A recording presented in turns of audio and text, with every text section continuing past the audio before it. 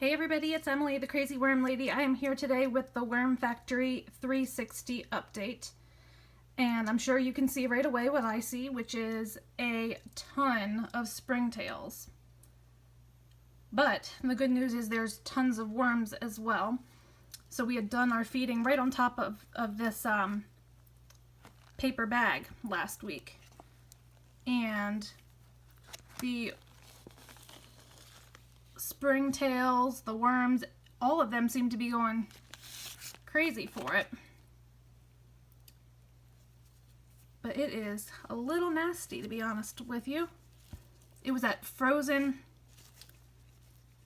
slush that I put in here. And look at that, guys. That's how you know you have blue worms. The blue worms are such fast movers. They just... Red wigglers next to them almost look dead. They just are such slow movers. These blue worms, you mess with them and they just are in mass and they just move so quickly.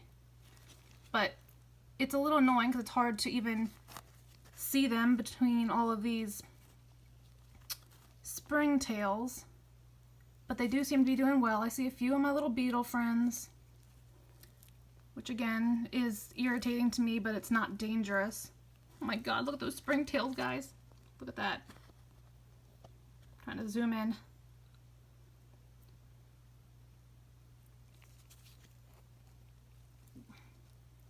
The worm is fine. That's what I think a lot of people get scared if they see all these Springtails around a worm. That worm is perfectly fine. They're not hurting him.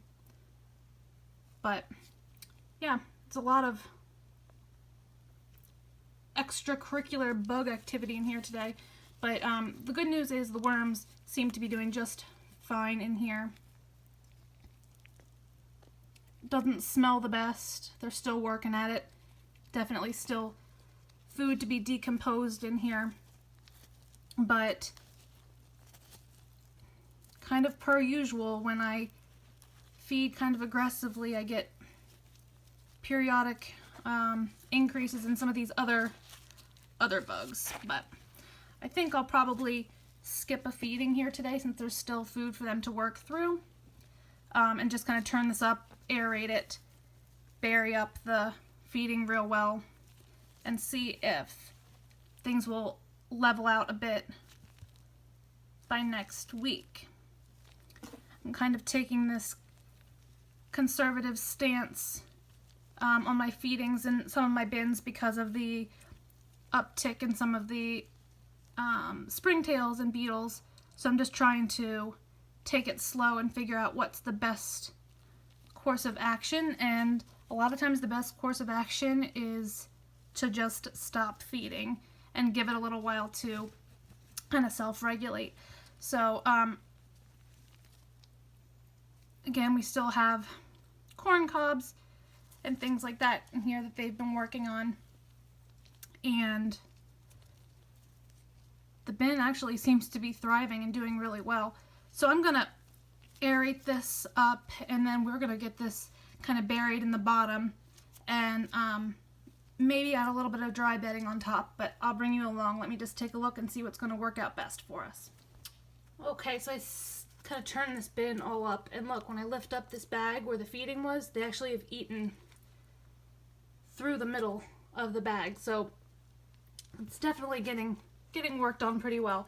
But I'm just gonna kind of tear some of this into smaller pieces. That way they can work through it a little bit better. So just trying to tear it up a little bit more. And it's relatively moist in here, so I don't think I'm gonna have to add any moisture, anything like that. Just gonna separate some of these pieces a little bit.